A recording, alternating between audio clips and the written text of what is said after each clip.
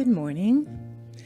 I am your Unity Chaplain today, Chris, and it is my honor and privilege to lead you into the silence, that sacred meeting place. As we move into the silence, we begin by settling into breath. Each inhale opens space within. Each exhale clears what no longer serves.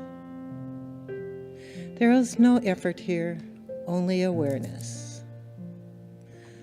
Love meets us in this quiet beginning.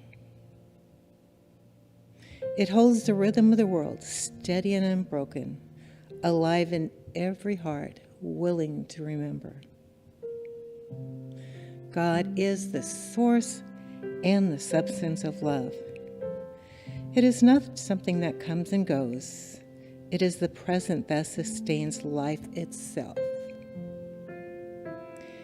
In this sacred awareness, we rest.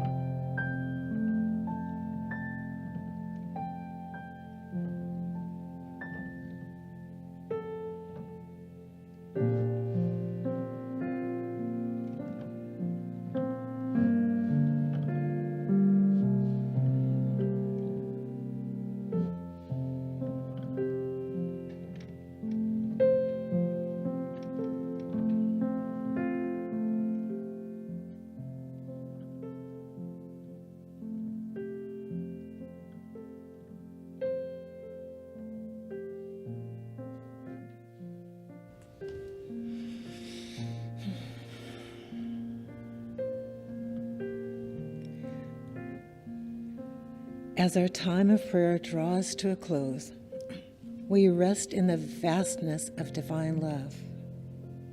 It is the essence of who we are, the power that creates all creation, the grace that never ends. We are held in it, renewed by it, and called to live from it in every breath we take.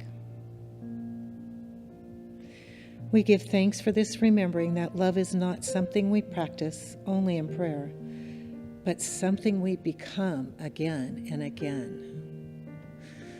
So I invite you to join me in gratitude for this place of quiet called Unity in Lynnwood, for all the people that have come before us to create this, to sustain it, and to our volunteers and teachers as we spend this day learning and loving each other.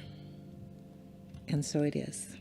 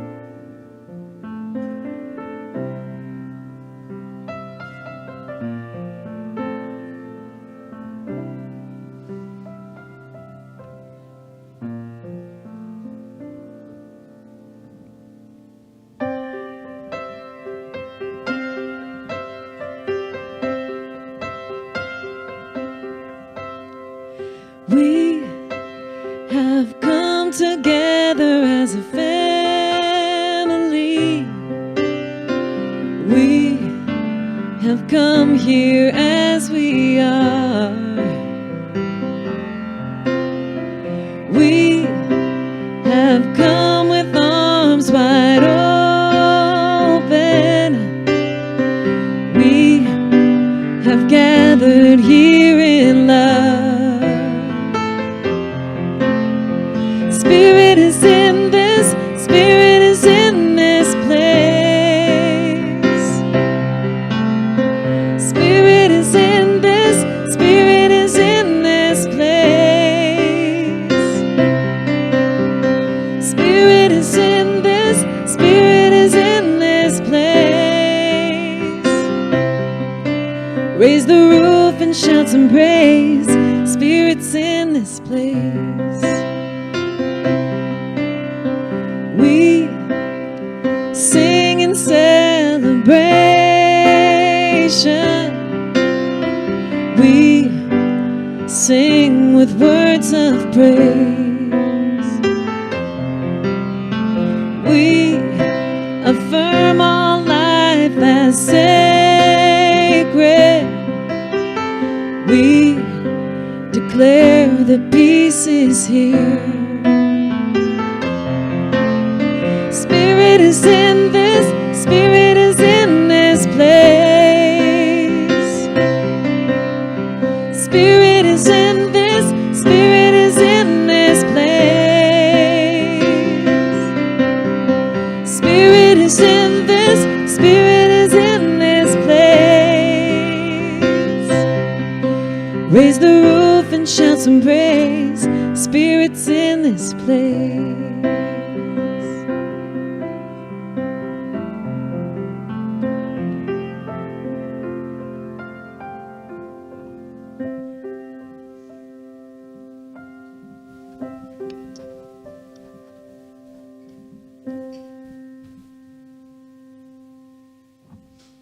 Hey.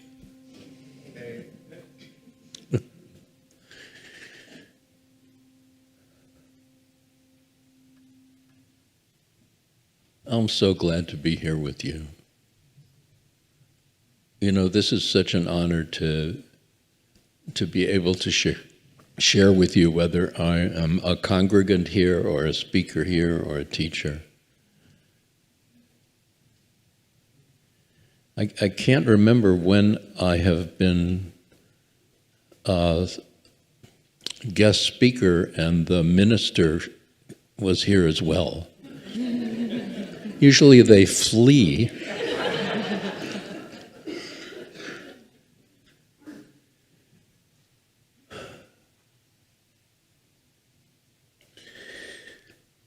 The fact is,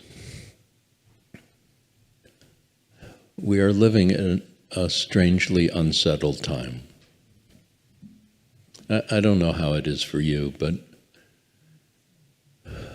it seems to me that many of us awakened yesterday to news that we'd gone to war without our knowing about it.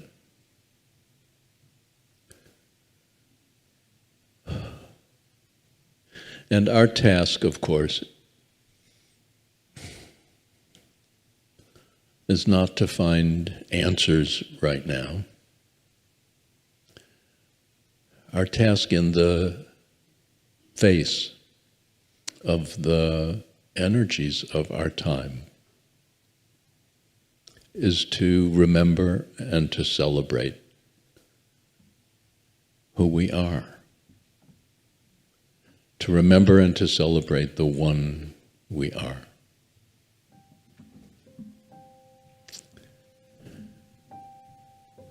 So I invite you to just settle in, that we might seed this space with our remembering.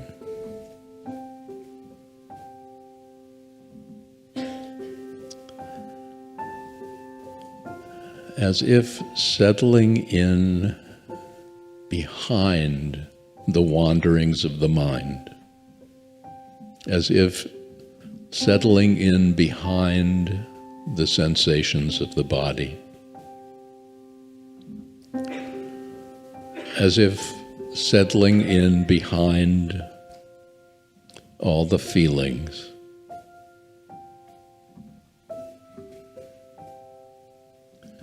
And taking a moment to simply remember.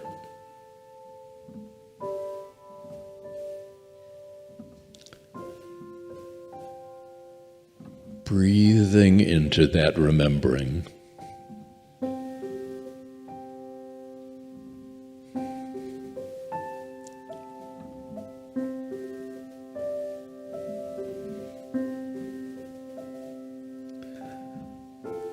Behind all this, I am. Behind all this, I am awakening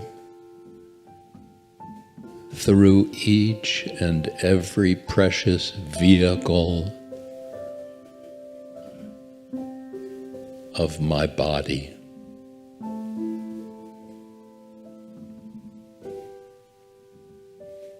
Behind all this,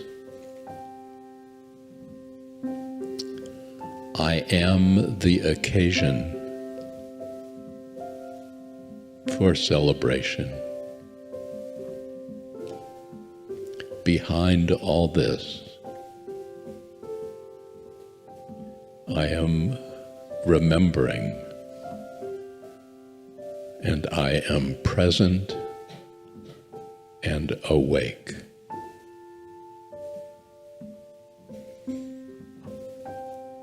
With every breath, behind every thought,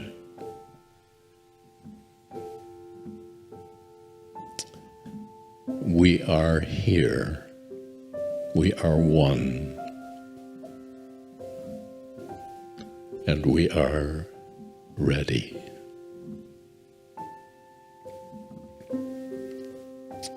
Right now and right here.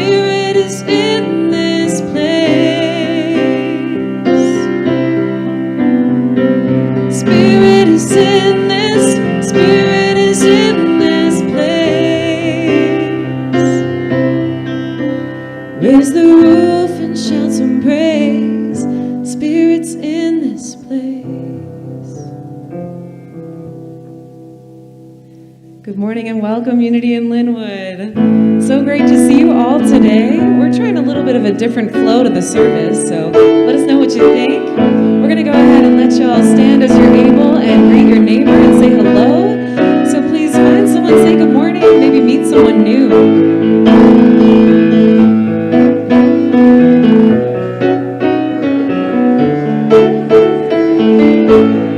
I'm in the right place at the right time. Supposed to be. I'm in the right place at the right time. I'm just where I'm supposed to be. Oh, my soul is welcome here. Oh, my soul is welcome here. I am getting the message loud and clear. My soul is welcome here. I'm in the right place at the right time.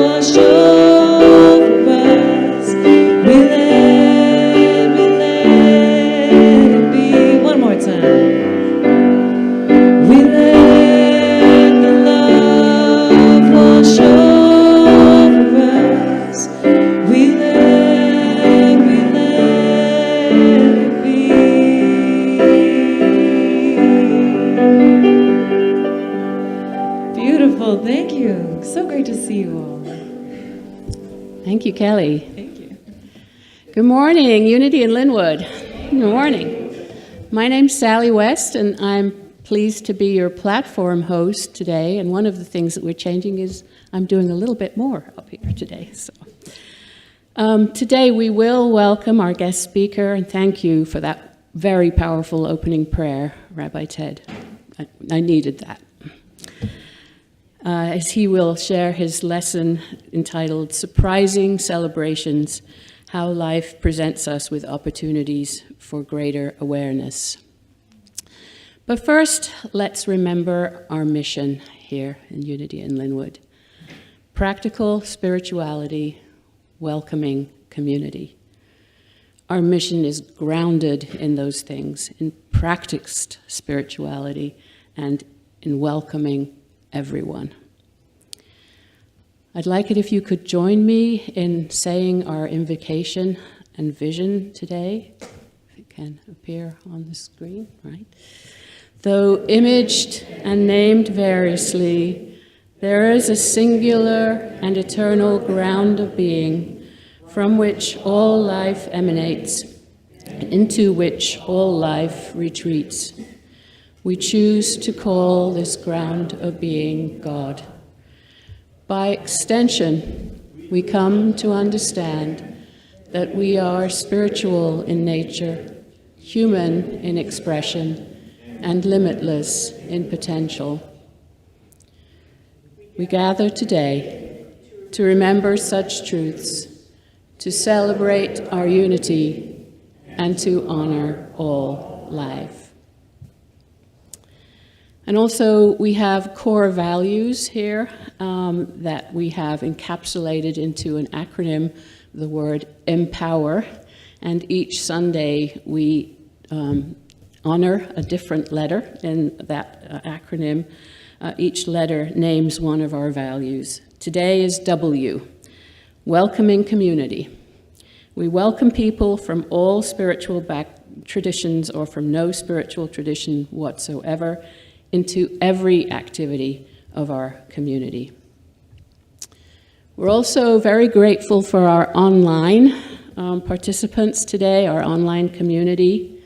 And I don't know if there's going to be a list of people who are, 21 people watching online today. That's great. So glad you're here. Lucinda in Lynnwood, Colleen and Michael, I in Monroe, Barbara and Ken in Boston, Tom in Edmonds, Will in Issaquah, Leslie in Lake Bosworth, Dale in Lake Stevens, and Debs in Shamong, New Jersey. Did I pronounce that right? Any New Jerseyans here? Wonderful that you're here, and thank you so much. So whether you're online or here physically present, welcome to our inclusive community, where we celebrate all cultures, races, religions, genders, and sexual orientations. We're happy you're here just as you are. So, spring arrives in 3 weeks. Can you feel it already? Nature is a mirror for humanity, and it is stirring. Under the muddy, often ugly mix of winter debris, a movement of life is underway. Some pioneers of spring are already standing tall and blooming, a few daffodils and crocuses. The blossoms on our cherry plum tree are proudly pink, while other trees stand dormant, tracing spiky, barren shapes against the gray sky. We know it is coming. The wild, prolific blossoming of spring. We know that soon there will be so many rhododendrons and azaleas in bloom we'll forget all about winter. Spring is not a time of hope, but of certainty. The exact timing may not be sure, but it will happen. The same is true for us. We know that we are filled with spirit, that we are of the divine. We feel the power of the heart. The mud and coldness, of fear and violence are not our destiny. We may hope that spring would come more quickly, but even if there are still chilling winds, we know it will come. The unstoppable power of nature forces beauty to rise up through the dark earth. The blossoming of a crocus is more certain than the crushing weight of ice and snow. It abides until the inevitable melting, and then it must appear. We are part of nature, and our indomitable spirits must also rise above the muck. We do not need hope, just trust in what is. Love is our source and our spring. It outlives fear and thaws the frozen mind in its time. And so it is. Amen.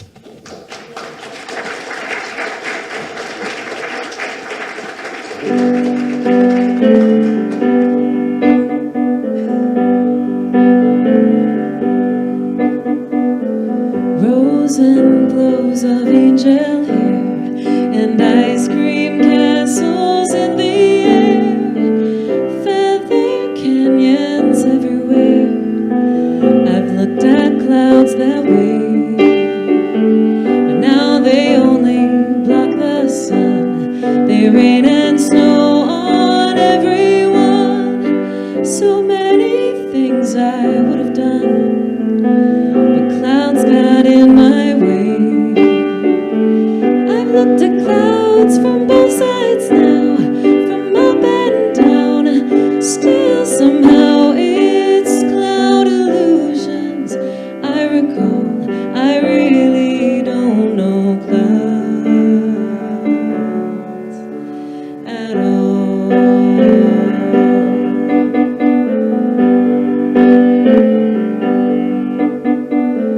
Moons and Junes and Ferris wheels, that dizzy dancing way you feel as every fairy tale comes real. I've looked at love that way, but now it's just another show. You leave 'em laughing when you go. If you care, don't let them know. Don't give yourself away.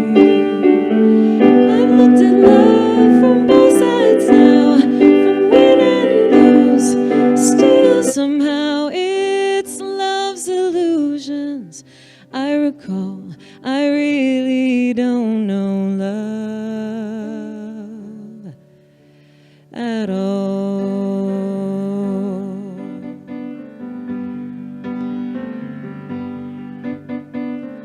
Tears and fears and feeling proud to say I love you right out loud. Dreams and schemes and circus crowds, I've looked at life that way. Now old friends are acting strange. They shake their heads, they say I've changed. Well, something's lost and something's gained in living every day. I've looked at life from both sides now, from win and lose. Still somehow it's life's illusions I recall. I really don't know life at all.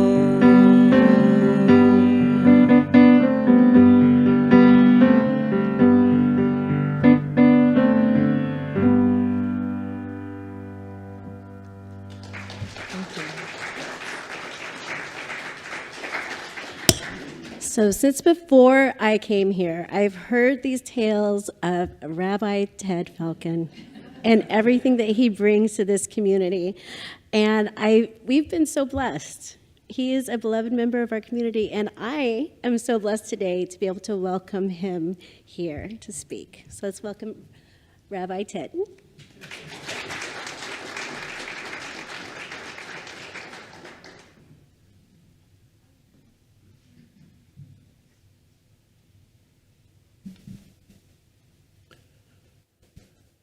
You don't know what a difficult choice I just made.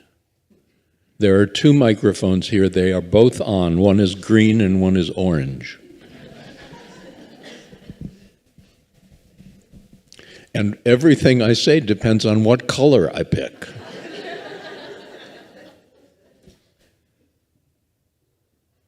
This is somewhat of an accidental talk. I have a habit of talking to ChatGPT because, as always, I have challenges in organizing the stuff that goes on in my head. So I started out a conversation with Chat saying last week, I got to speak last week. This is such a joy. I said last week I spoke about the problem with love. And I was then going to say what I'm speaking about this week, and I pressed the return. And lo and behold, the return sent what I just wrote to Chat, who responded faster than the speed of thought with, I think you're right to know that you're not done with that talk from last week. Oh, I said. And then I thought, it's really true. Sometimes talks don't end. Sometimes they unfold. And I hardly know how things are unfolding even in this moment, much less what it'll be like during the week.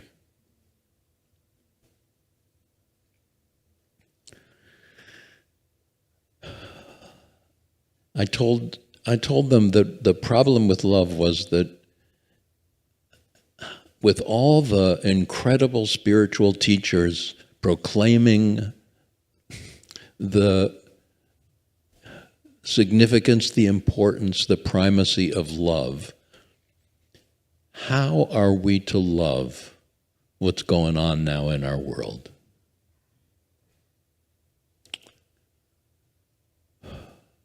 And then I looked at a prime verse that Jesus, I teach the Jewish Jesus as sometimes contrasted with the Christian Jesus. The Jewish Jesus quoted Torah, quoted teaching and said, V'ahavta l'reacha kamocha, you shall love your neighbor as yourself. However, that's not a commandment.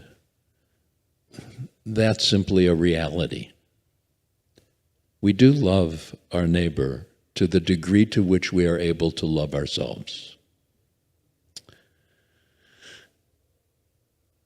And loving ourselves is a problem. I mean, I don't know how it is for you, but whoa. I know way too much about me.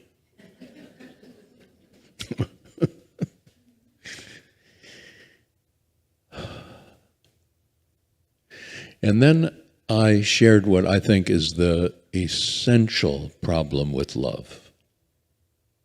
And the essential problem with love is that it's not a word. You know what a word does? A word fragments reality. Whatever we name defines that as opposed to all the other things that we name. And love, like God, are not words. And when we use them as words, when we live them as words, we fragment the very nature of reality. Oh my God, and the results, the consequences are disastrous. We are living in a time where we get to observe and experience some of those disasters. Oh, because the name separates. And separation, you know, if I could tell a little secret about God, God, prior to manifestation, was bored. Nothing was happening. And I mean nothing with a capital N. Nothing was happening. So consciousness was born. In the biblical idiom, the first creation was light, right? Let there be light. But this light was not the light of the sun. That came a couple days later. It was not the light of the moon. It was not the stars. That light was the light of consciousness. And with consciousness automatically comes objects. Consciousness loves to hold things. I mean, just think about the consciousness that awakens in you, and it just actually welcomes everything you see, everything you hear, everything you think. Consciousness, like love, is also not a word. If you pay attention, you realize I'm saying nothing.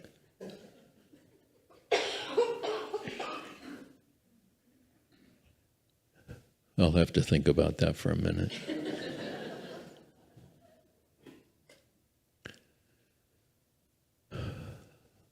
Love is not a what.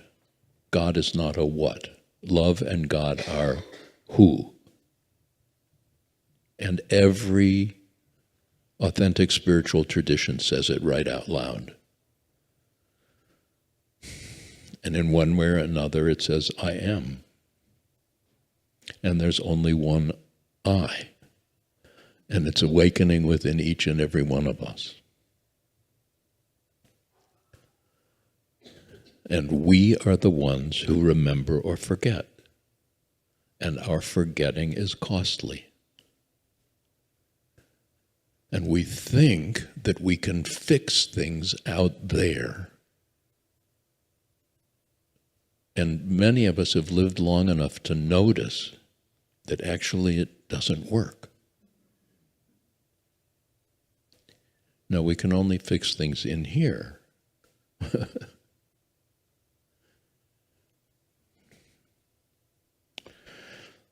So, surprising celebrations, which is what I was thinking, which I named, I thought I was going to talk about today.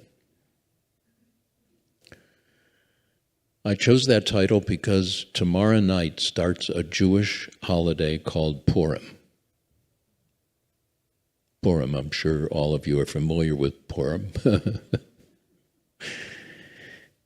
How many know what a hamantaschen is? Thank you.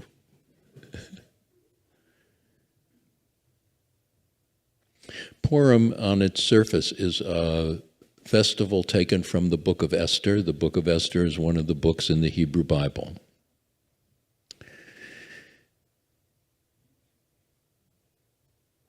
There is a good guy and a bad guy.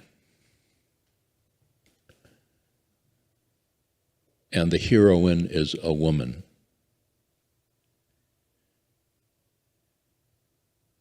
And one of the consequences is we made a cookie out of the bad guy.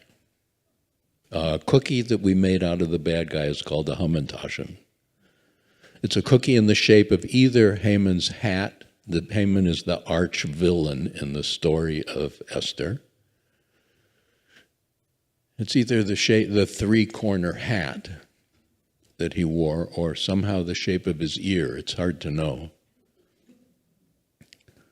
But if you haven't had a hamantaschen, you take a piece of dough, you make a circle, you put in it, if it's a really legitimate, you put poppy seed, sweet poppy seed mixture in the middle, and you draw up the corners so that it makes a three-pointed cookie.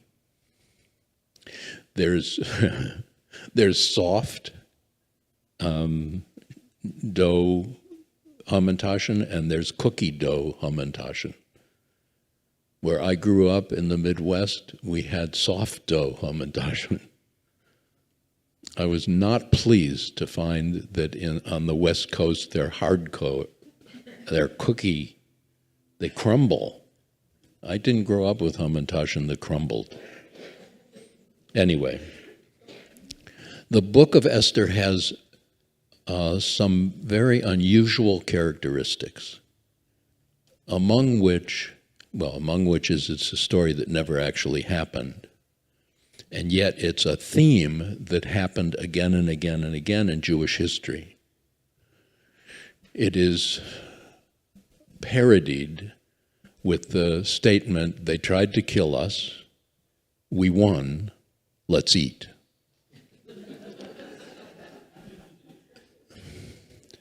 In the story, there is a king named King Ahasuerus. Oh, I was saying what's unusual about the book. It's the only book in the Bible in which the word God does not appear. Wow, good. So that already raises a kind of curiosity. What's going on here?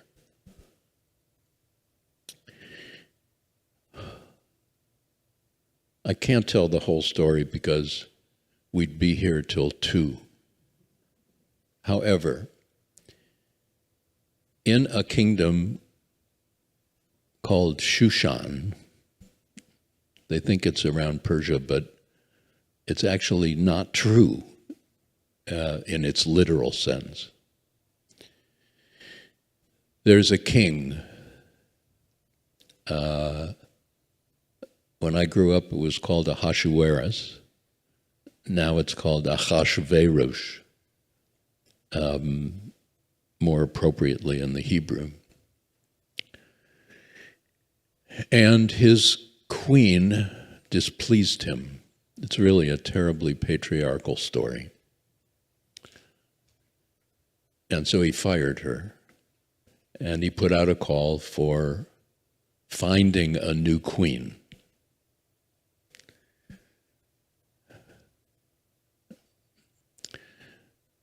Esther was pleasing for him, and she became the queen. And if anybody wants to read, it's really not such a neat story, but she became the queen. She has an uncle named Mordecai.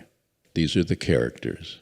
Ahasuerus is the king, Esther is the queen, Mordecai is her uncle, and the bad guy is named Haman. Haman is like the chief courtier. And Mordecai he kind of stays around the court because he gets to glimpse Esther sometimes and gets to talk to her. While he's kind of lurking, he hears a couple of men plotting to assassinate the king, and he reports it. As time goes on, Haman, who fancies himself as an extremely powerful person, and in whose presence others are supposed to bow, discovers that Mordecai won't bow. Jews don't bow to people. And he gets upset. And he tells the king, there are people who don't honor you, which of course, they don't honor me, and I think they should be killed. And the king signs a declaration that on such and such a day, the Jews in the kingdom will be killed. While this is going on, the king is having insomnia. What does a king do when he has insomnia? He has the Chronicles of the King, read to him, and they're reading to him the story of how this person reported and thwarted an assassination attempt, and the king says, what was done for that person? And they said, nothing. So he calls Haman, and he says to Haman, what would you do for a person that the king really wants to honor? And Haman said, I would put a robe that the king wore, I would set that person on top of a king's horse, and I would have the next highest person parade him through the street and say, this is how the king honors one who needs to be honored. And the king says to Haman, good, do that with Mordecai.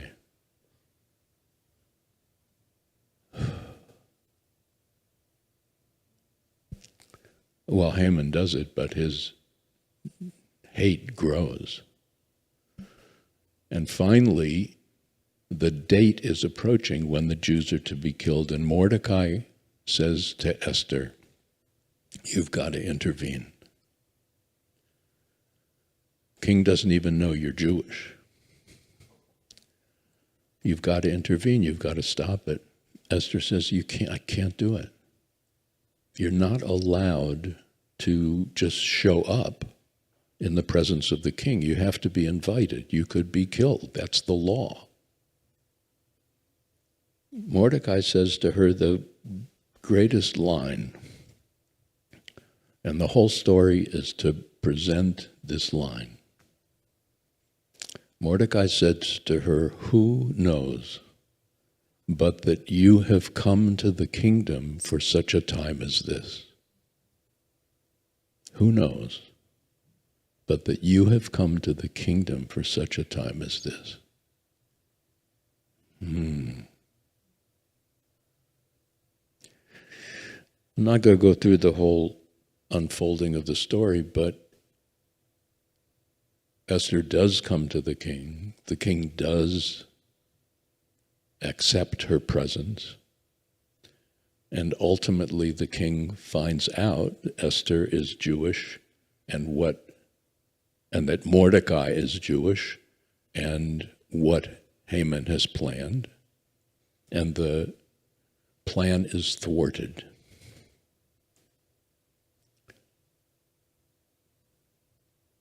I love the story because the woman is the hero. Just like the woman is the hero in what's called the Garden of Eden. The woman is the hero. Women here know that the patriarchy doesn't read the story that way.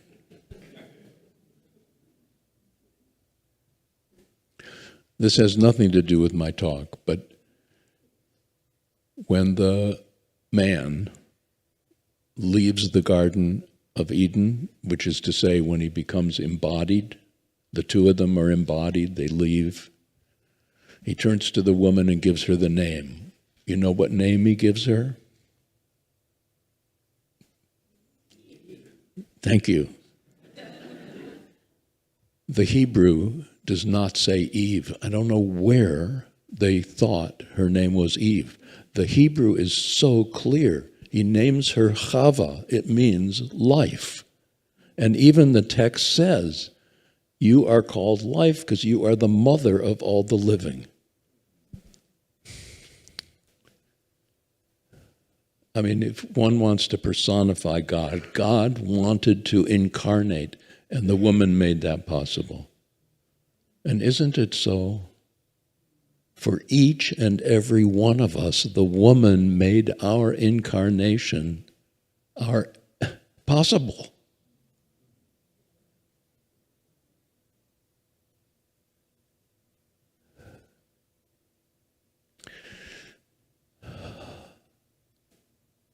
The problem with love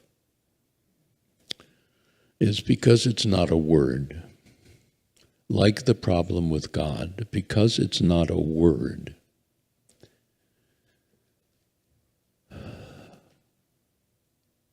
it is a reality. Love is a reality. I don't care what's happening. Love, like consciousness, is a simple reality. We say God is loving. God is loving. Consciousness is loving, not to say, I love this and not this. If we are to embody, if we are to incarnate, if we are to leave this place of nothing and awaken to something, we're going to have contrast. And it is the strangest thing in the ego that decides it doesn't want contrast. We would like everything to go great. Do you know what would happen if everything went great? We wouldn't even know it. We would not know it. The only way we know is by How do you know light? By dark. How do you know dark? By light. How do you know up? By down. How do you know down? By up. That's nobody's fault. That's our choice. And we chose it. And then we go, no, we just want the light. The problem with love is that it gets tested. I don't care whether it's in relationship, or whether it's with respect to the world, or whether it's love of ourselves. It gets tested. And how we respond to that test reflects the kind of life we are living. How we respond to that test reflects actually the very nature of the world in which we live. Each and every one of us gets tested. In relation, not in relation, with ourselves, with our world. And how we respond to that test defines the very nature of our existence.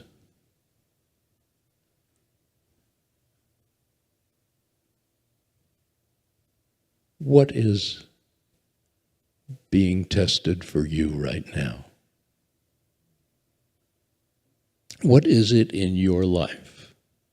What is it in your mind? What is it in your body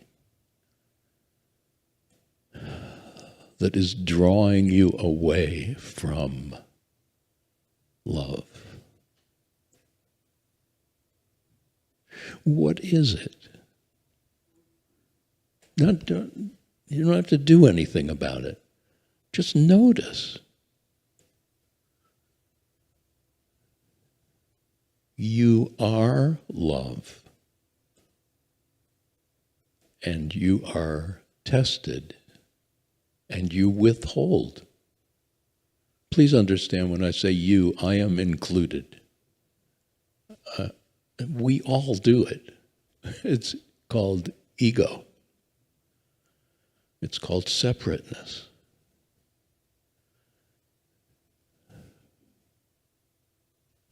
We are meant to collapse into our separateness, and in our separateness we are meant to awaken. We are meant to fall out of love so that in our falling out of love we can remember, because,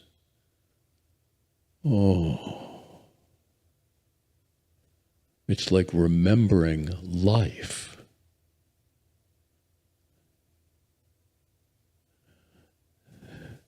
It's like remembering this is what we came to the kingdom for. I'm among those who believes that we chose to incarnate when we did.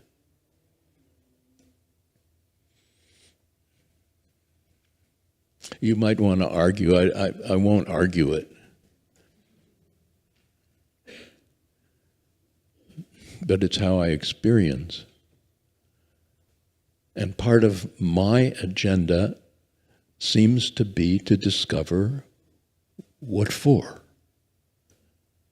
What have I come here to love? How have I lived to give me opportunities to awaken to love, which is to say, to awaken to the one I am, to awaken to that which holds everything. Yes, I label this good and that bad, whether it's in myself or in the world, but the love that awakens holds it all. Oh, what a relief.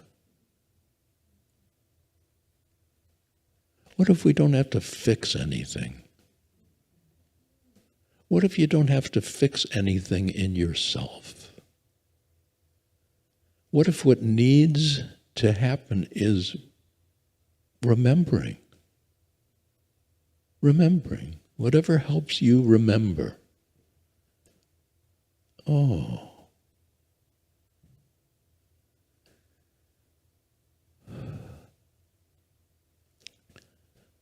Oops.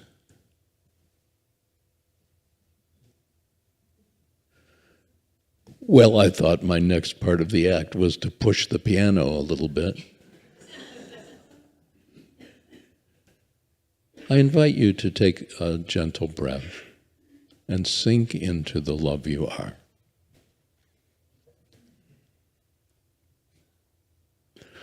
Notice whatever the mind is doing and go, okay, I hold that. Notice whatever the body is doing, whatever sensations you are experiencing, and go, okay, I hold that. I don't need to change the mind. I don't need to change the body. I don't need to change the moment.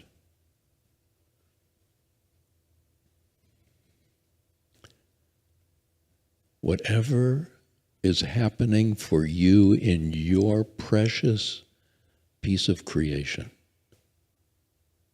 hold it. Yes, it.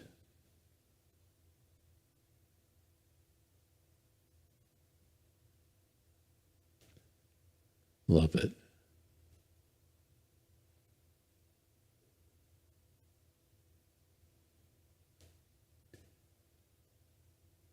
And let yourself be held in that field of love. Let yourself be held in that field of the one called God. Let yourself be held in the field of the one you are.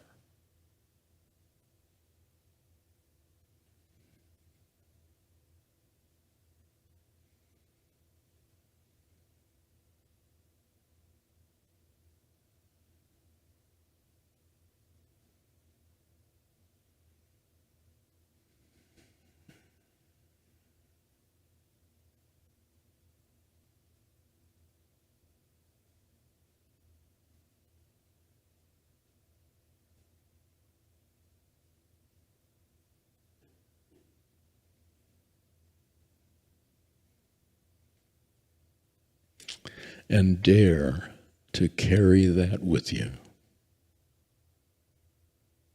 Even when your eyes are open, even when you're moving in your world, even when you're looking at yourself, even when you're looking at the other.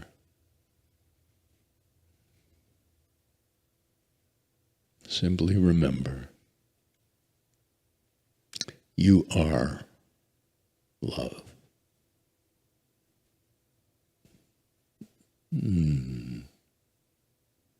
Thank you.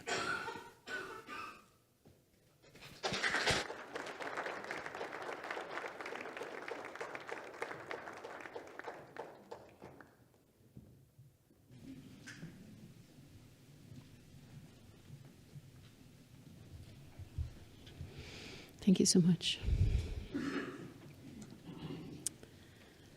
As we prepare to give, we remember that every gift we share is an act of love, a way of saying yes to the work of Spirit here at Unity in Lynnwood and in the world. Your generosity helps us to create a place of belonging, peace, and transformation for all who enter. We invite you to give from the heart, knowing that as you give, you also receive. For in God's economy, love always multiplies. Ushers, please come forward.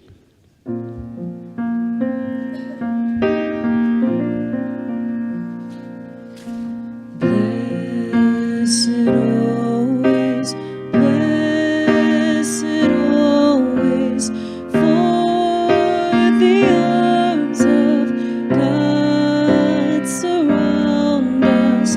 Let our joy be so triumphant that we rest in God and say Amen. Blessed always, for the arms of God surround us. Let our joy be so triumphant that we rest in God and say Amen. Blessed always, for the arms of God surround us. Let our joy be so triumphant that we rest in God and say Amen.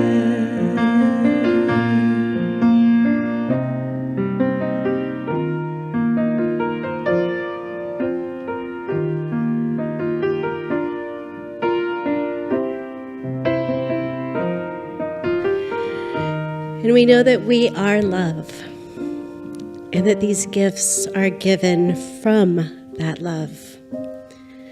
We accept them with so much gratitude and light as we say our prayer together. Divine love flowing through me blesses and multiplies all that I am, all that I have, all that I give, and all that I receive. Thank you. We are so, so blessed.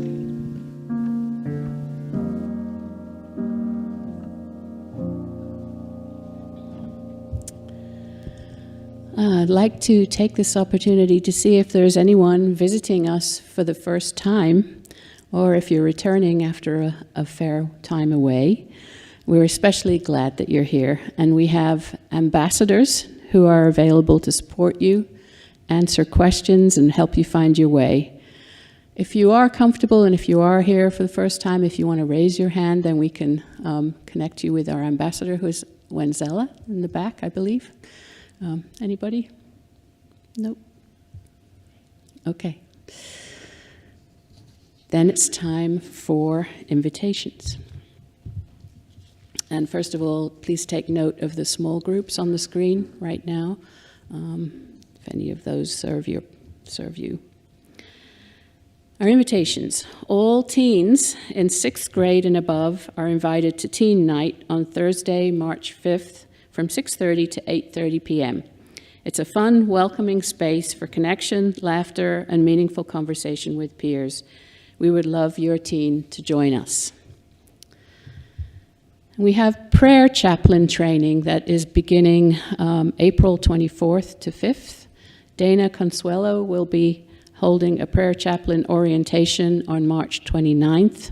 And if you feel called to serve through prayer, this is your opportunity to learn more about the prayer chaplain program. We will be having a Maundy Thursday service this year. This service focuses on humility, service, and love for all. Please join us at 6 p.m. on Thursday, April 2nd, to honor this spiritual time. Angie will be leading a membership class on April 19th. If you've been wanting to become a member of Unity in Lynnwood, or just interested in renewing your knowledge of the Unity movement and the history of this church, please join us at 12:30 after service for an introduction to who we are. We will be blessing new members during our service on May 3rd. And now I'd like to invite Daniel and Amanda to come and make some announcements. Thank you.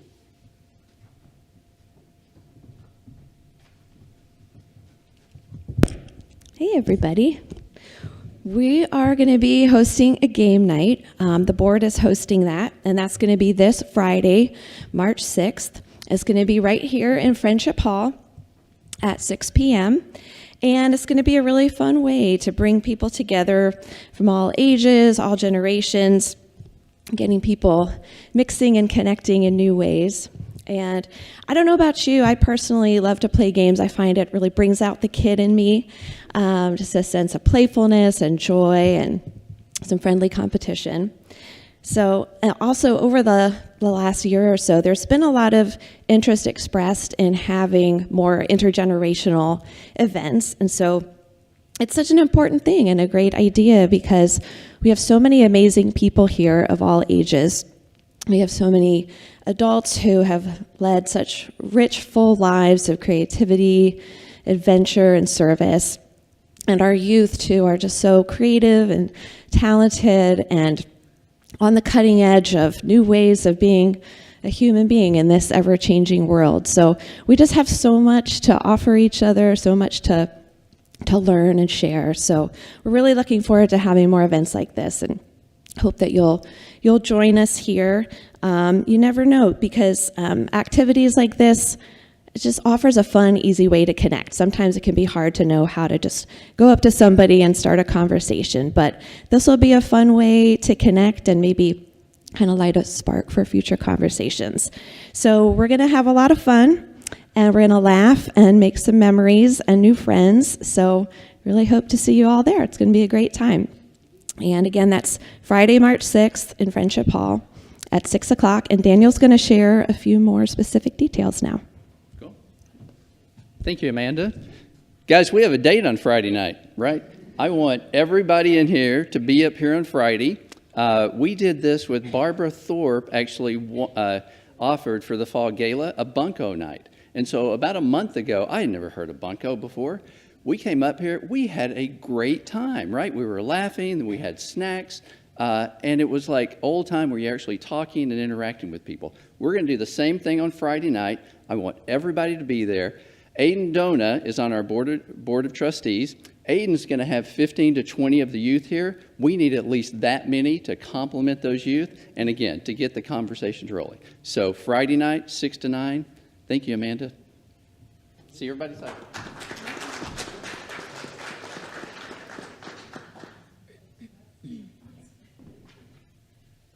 Okay, so now I'm going to talk to you as a co-lead of the welcoming team. We really need to have a couple more welcomers join our team. And so I'm just extending this invitation to anyone who's interested. It's a lot of fun. Basically, what we aim to do is have a team of 3 that commits to doing one Sunday a month. And right now we're just down one on first Sundays. So I usually am scrambling around trying to find someone to fill in for that. And then we have the occasional 5th Sunday, which will happen this month. And then sometimes people are sick or traveling.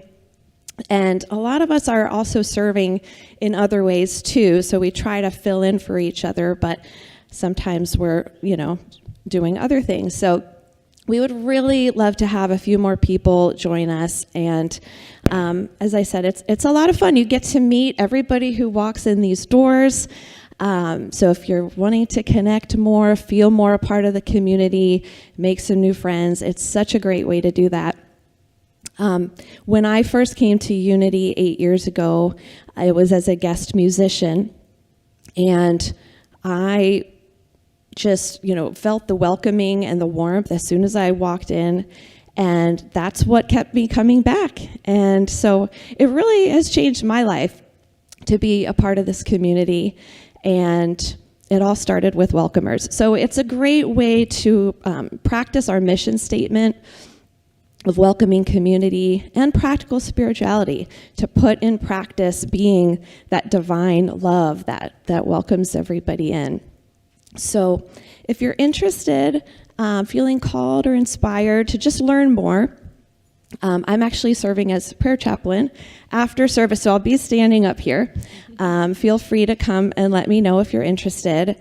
I'll need to be available to pray, but at least then we can follow up. Also, Frances Johnson, who's standing right out the back there, you're welcome to go chat with her as well, and then we'll follow up with you with more information about how to participate. So thanks so much.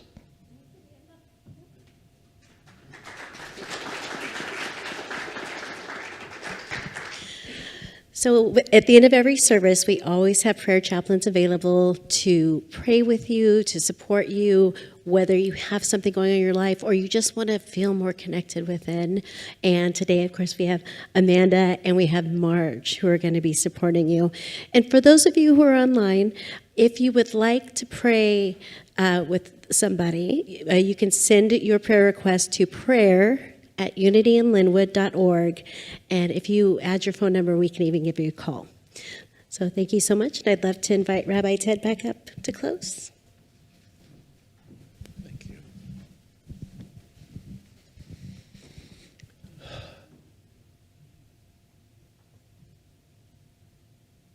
you. We're all in this together.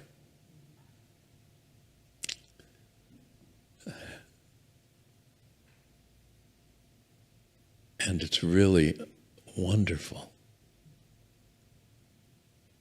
This moment holds it all.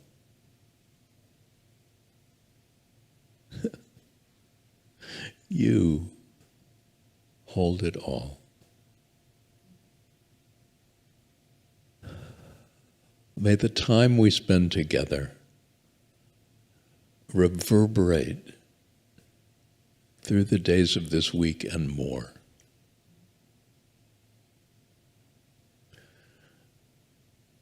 May we always remember that we're connected. There is no separation. We're here as one to live that oneness into our world.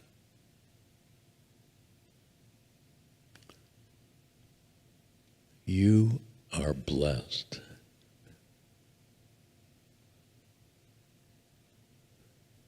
I am grateful.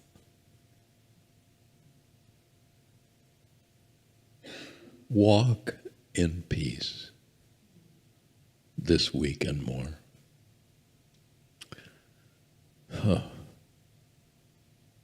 Yeah. That's it.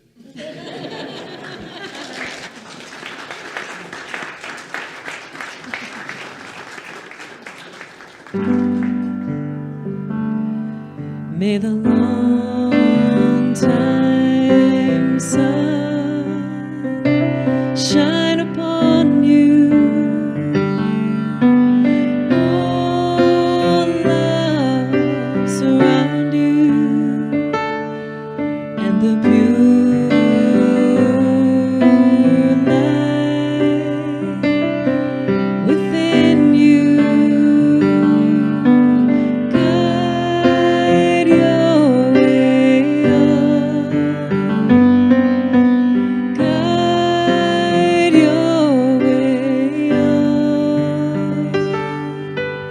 Guide your way on. Have a beautiful week, Unity in Lynnwood. Thank you so much.